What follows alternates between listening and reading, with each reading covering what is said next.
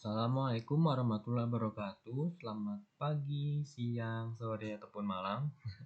Kembali lagi ke asistensi untuk mata kuliah Operation Management yang keempat. Hari ini kita akan membahas terkait chapter 9 di buku Heiser itu terkait layout strategi. Dalam asis ini ada 3 soal yang akan dibahas sebagai berikut. Langsung ke soalnya aja ya. Pertama, yakni ini. Rumah sakit Sehat Selalu berlokasi di Sawangan, Depok.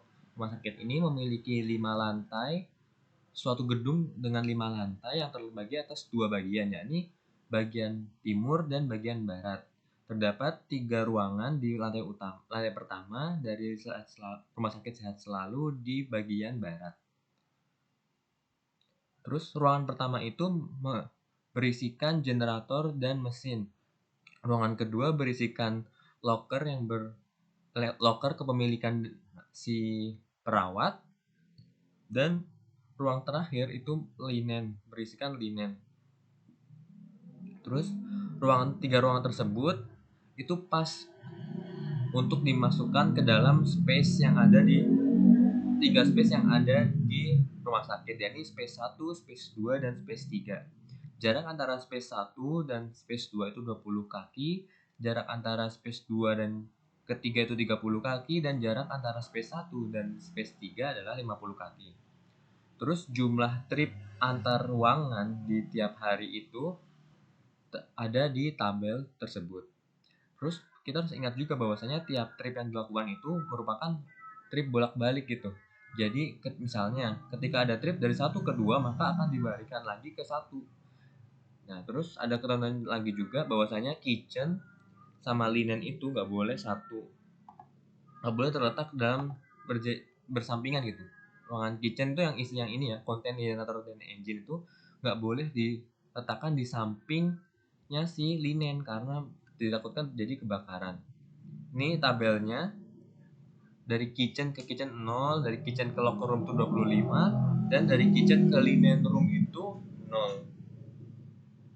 Locker room ke kitchen 25, locker room ke locker room gak ada, locker room ke linen 45. Linen ke kitchen 30, linen ke locker room 15, dan linen ke linen gak ada. Pertanyaannya, berapakah jumlah layout yang mungkin terjadi atau dimungkinkan ada gitu dari konfigurasi ini? Kita harus disuruh membuat listnya, mendaftarkannya, dan menghitung total jarak yang dilakukan di masing-masing layout. Terus jika kita merupakan direktur dari rumah sakitnya, manakah layout yang akan kita pilih? Jadi pembahasannya ini kita tahu dulu bahwasanya rumah sakit tersebut ada space-nya ada 3, space 1, space 2, dan space 3. Jarak antara space 1 ke 2 itu 20, jarak antara space 2 ke 3 itu 30, dan space 1 ke 3 itu 50. Tadi ada juga 3 ruangan A itu kitchen, ruangan B itu locker, dan ruangan C itu linen. Kita disuruh nempatin si A, B, C ini di space 1, 2, 3 gitu. Nah, berarti jumlah layout yang dimungkinkan terjadi itu adalah jumlah roomnya difaktorialkan. Jadi 3 faktorial, kan ada 3 ruangan. Jadi 3 faktorial. 3 faktorial itu sama dengan 3 dikali 2 dikali 1. Sama dengan 6. Nah, gimana? 6 ini apa aja sih daftarnya? Kemungkinan layoutnya ini. Jadi layout ada 6 kemungkinan. Yang pertama A, B, C, berarti ruangan 1 dipakai buat A, ruangan 2 itu buat B, dan ruangan 3 buat C. Terus berikutnya ada ACB, ruangan 1 dipakai A, ruangan 2 buat C, ruangan 3 buat B. Ruangan B, AC, B, C, A, C, A, B, dan C, B, A. Jadi ada 6 kemungkinan layout ya dari konfigurasi 3 ruangan ini. Terus tadi juga ada info tambahan bahwasanya si kitchen sama linen tuh tidak boleh diletakkan bersampingan karena akan ditakutkan menyebabkan kebakaran. Oleh karena itu, dari semua possible layout ini kita harus eliminasi beberapa yang nggak sesuai sama ketentuan tadi, yaitu adalah ini ada yang kedua, ini ada A sama C sampingan, berarti nggak boleh.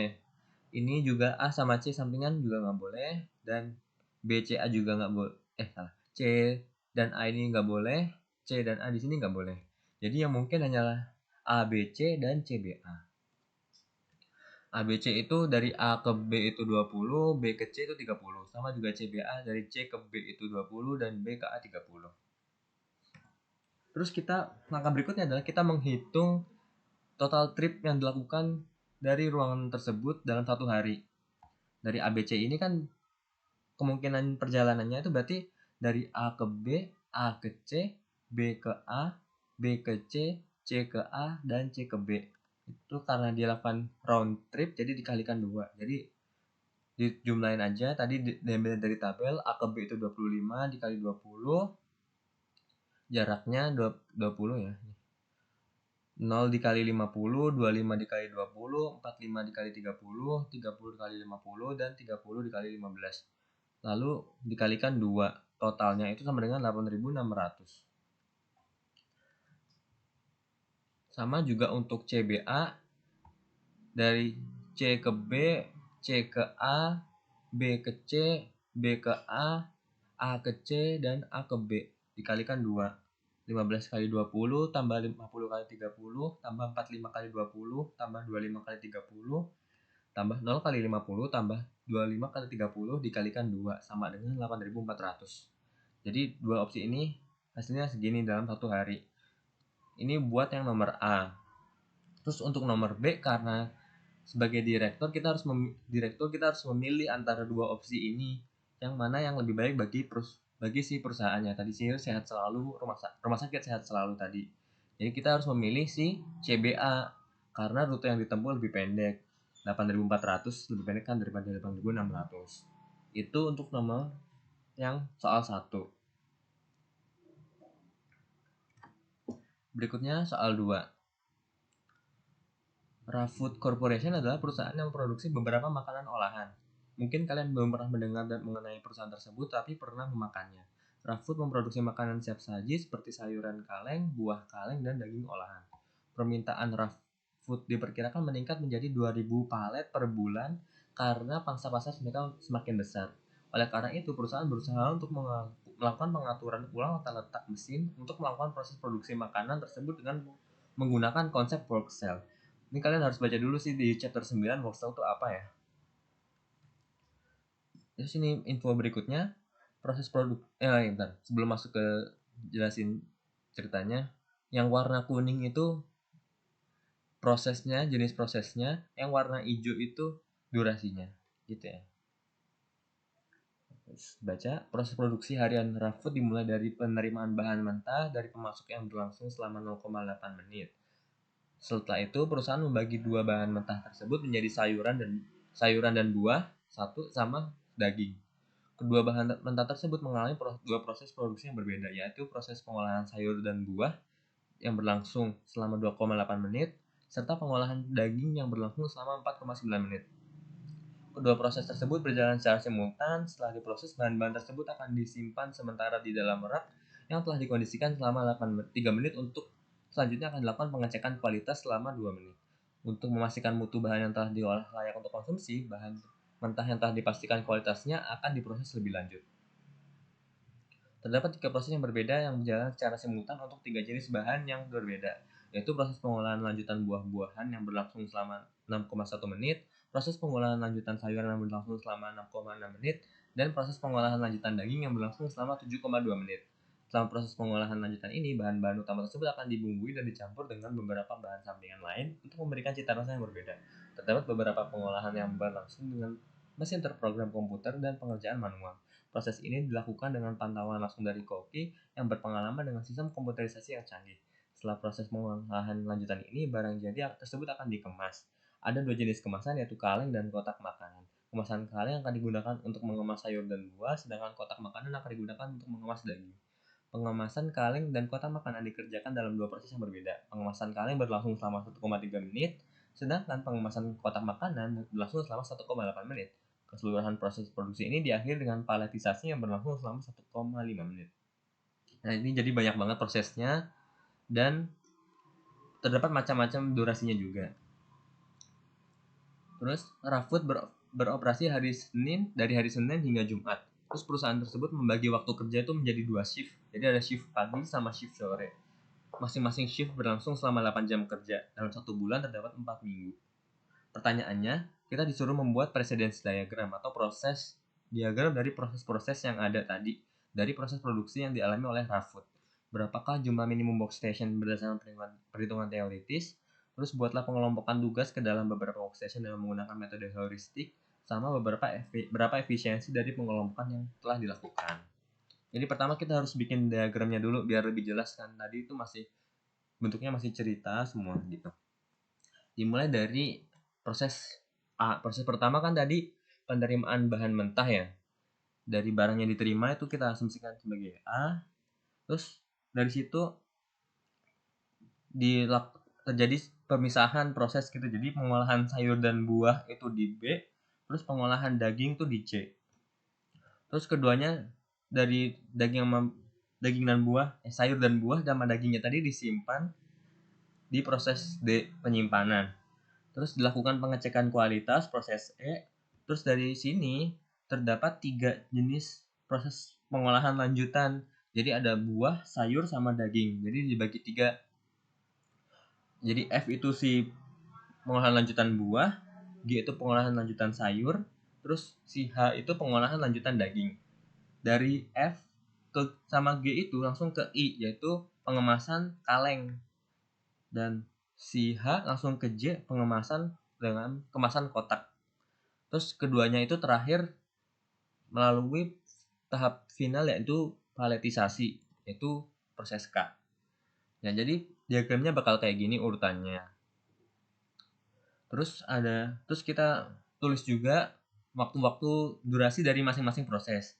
Tadi penerimaan bahan mentah 0,8 menit, pengolahan sayur dan buah 2,8 menit, pengolahan daging 4,9 menit, penyimpanan 3 menit, pengecekan kualitas 2 menit, pengolahan lanjutan buah 6,1, G 6,6, pengolahan lanjutan daging 7,2. Terus J itu pengemasan kotak itu 1,8. Terus I-nya 1,3 dan K-nya yang terakhir itu paletisasi 1,5. Jadi ini diagramnya. Lanjut ini belum.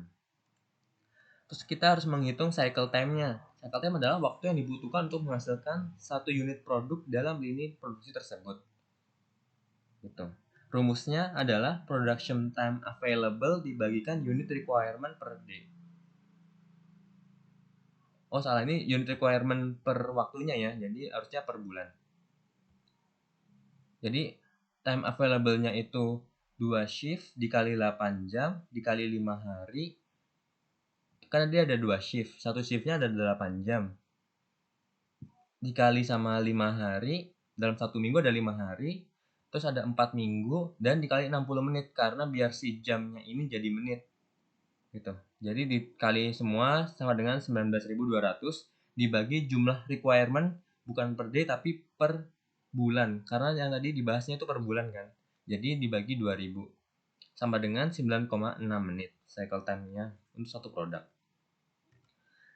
Nah, terus ada juga minimum number of workstation. Jadi rumusnya total task time dibagi sama cycle time. Tadi tuh yang durasi prosesnya tadi dijumlahin semua sama dengan 38. 38 dibagi sama cycle time-nya sama dengan 3,95 atau kurang lebih itu 4 station, dibulatin 4 station. Jadi dari proses tadi itu secara teoritis akan minimal tuh ada 4 workstation. Ya. Tapi bagaimana hasilnya kita belum tahu. Jadi kita harus meng-assign workstation dari proses ini. Nah, cara nge-assign workstation itu dalam satu workstation nggak boleh lebih waktunya itu dari cycle time. Kan tadi cycle time-nya 9,6. Jadi satu workstation tuh nggak boleh waktunya lebih dari 9,6. Tapi kita harus membuat sedikit mungkin workstation biar efisiensinya semakin meningkat gitu. Jadi ini contohnya. Workstation pertama itu ini 0,8 ditambah 4,9 tambah 2,8 masih kurang dari 9,6 ya tadi. Di jumlah itu 8,5. Jadi ini workstation pertama. Terus kita bikin lagi workstation kedua. Ini workstation 2 di jumlah masih 5. Terus bikin lagi workstation berikutnya, workstation 3 atau terserah, sebenarnya urutannya biasa sama aja, tapi yang penting dalam satu workstation itu nggak boleh lebih dari cycle time. Ini kalau di jumlah 9,3. Terus workstation berikutnya itu ini 6,6 doang karena dia nggak bisa nambah-nambah lagi juga. Dan yang terakhir itu ini 7,2, 1,8, totalnya 9. Jadi sebenarnya konfigurasinya terserah, yang penting dia itu lokasinya berdekatan ya. Jadi jangan yang habis dari sini ke sini gitu. Lokasinya berdekatan sama jumlah durasi dalam satu workstation tuh nggak melebihi cycle time-nya. Kita harus ngebikin sedikit mungkin workstation biar efisiensinya naik.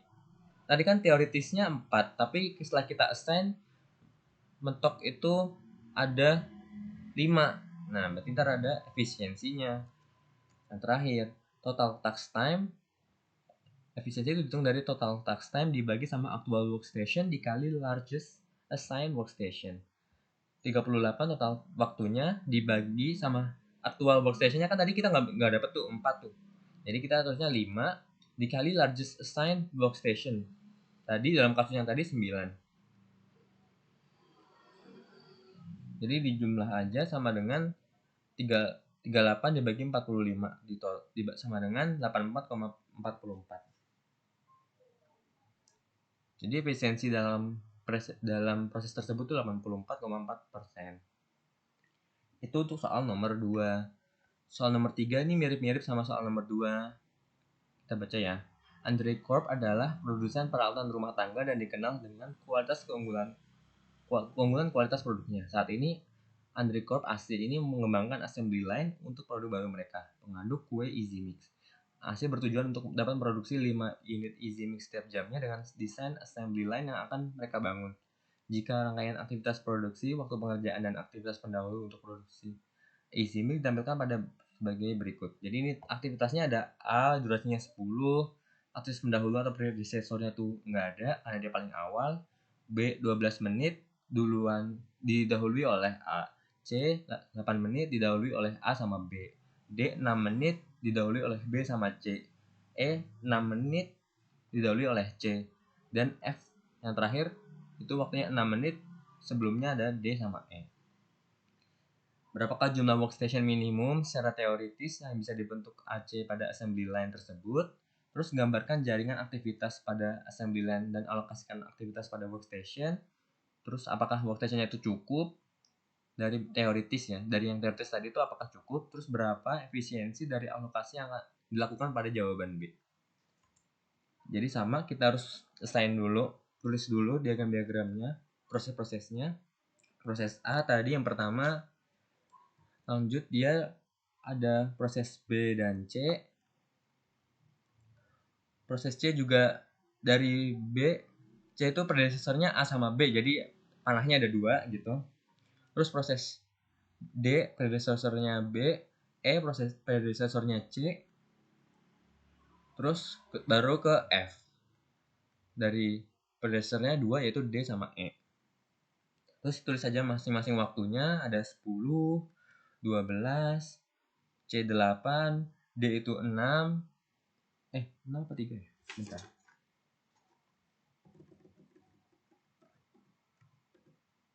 D 6, sorry, berarti salah nulis. D-nya 6, E-nya juga 6, dan F-nya juga 6. Ini workstation-nya nanti. Cycle time-nya sama dengan production time available dibagi unit requirement per day sama dengan 60 dibagi 5. Kan tadi ada 60 menit. Karena pengerjaannya 1 jam. Terus unit requirement per day-nya 5. Sama dengan 12 menit. Terus minimum number of workstation-nya total task time-nya 48 dibagi cycle time-nya 12. Sama dengan 4 station. Minimal ada 4 station. Terus kita hitung lagi aja. Ini 10 tambah 12 tambah 8 tambah ini 6 tambah 6 ya, sorry banget. 6 sama 6 ini 12, terus yang terakhir ada 6.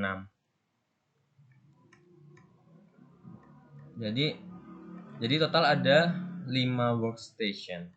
Jadi jumlah assign workstation yang tadi itu tidak mencukupi yang minimumnya ini, jadi harus ditambah satu lagi workstation jadi 5. Efisiensinya sama dengan total task time-nya 48 dibagi sama actual workstation-nya 5 dikali largest cycle time-nya 12.